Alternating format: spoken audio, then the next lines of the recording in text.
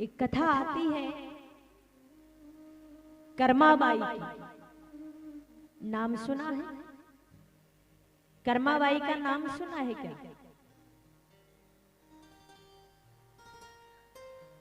कर्माबाई छोटी सी है और उसके पिताजी रोज ठाकुर जी की सेवा किया करते थे, रोज सेवा करते। एक दिन क्या हुआ, उनके पिताजी को कोई काम हो गया, बाहर जाना पड़ गया। भक्ति देखिए, दृढ़ भक्ति कैसी होनी चाहिए। आप कोई भी दृष्टांत श्रवण करेंगे, कोई भी आप दृष्टांत सुनेंगे, उसमें आपको कोई न कोई सीख अवश्य मिलती है। भक्ति देखिए, छोटी सी बच्ची है, पिताजी रोज सेवा करते हैं ठाकुर जी की, वो भी देखती है, भोग लगाते हुए भी देखती है, भोग लगाते तो आगे पर्दा लगाते हैं पिताजी, वो सारा हाल रोज देखती है। एक दिन 4-5 दिन के लिए पिताजी बाहर चले गए। पिताजी उस छोटी सी कर्मा को बोलकर गए कि बेटी, मैं जब तक नहीं आऊं तब तक तू ठाकुर जी की सेवा करना, तब तक तू ठाकुर जी की सेवा करना। अब छोटी सी बच्ची है, उसको मालूम नहीं है कैसे कैसे सेवा करनी है।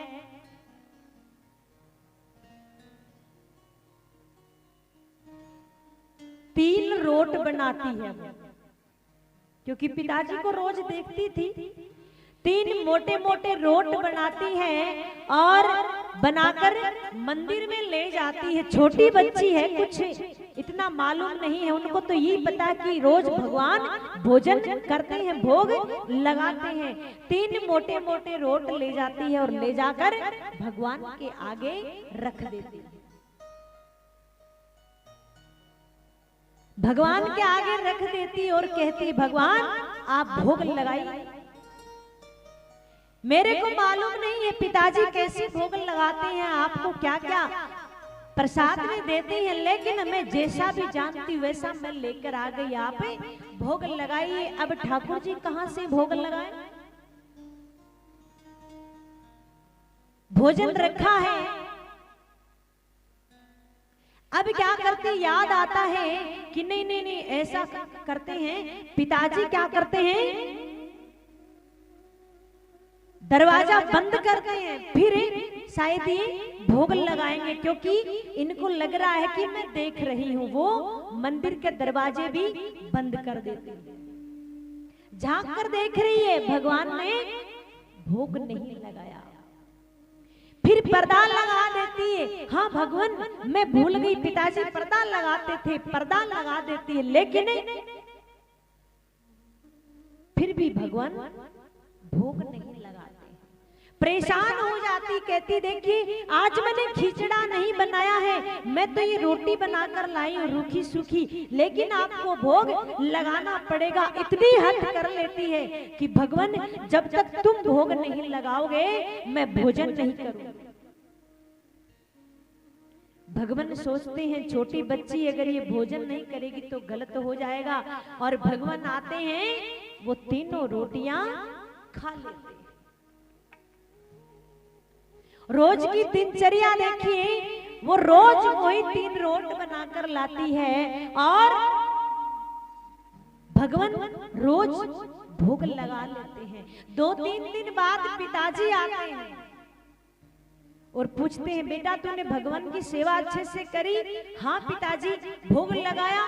बोले हाँ। बोले भोग पाया? बोले हाँ, मैं तो 3 रोट बनाकर लेकर जाती हूँ और तीनों में एक भी नहीं छोड़ता, वो कन्हैया तीनों खा लेता है।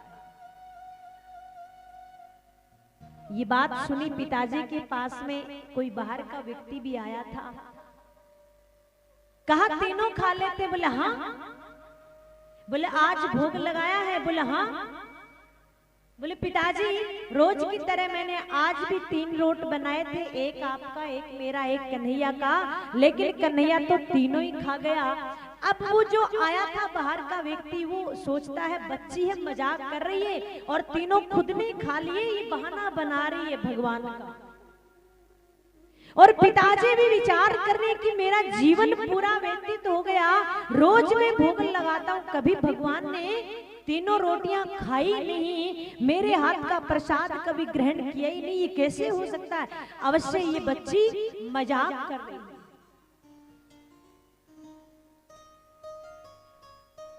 कहते हैं चल तू मेरे सामने खिला, जब मानो।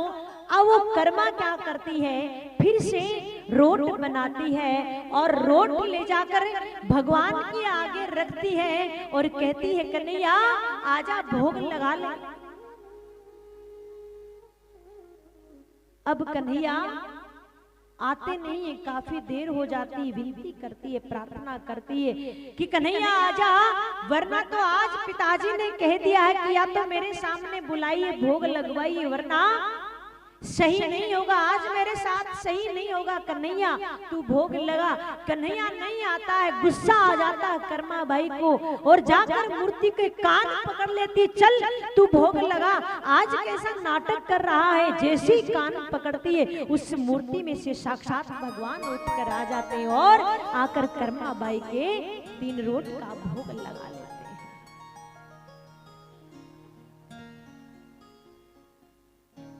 अगर आपकी भक्ति सच्ची है, प्रबल है, तो मेरे भगवान को आना पड़ेगा।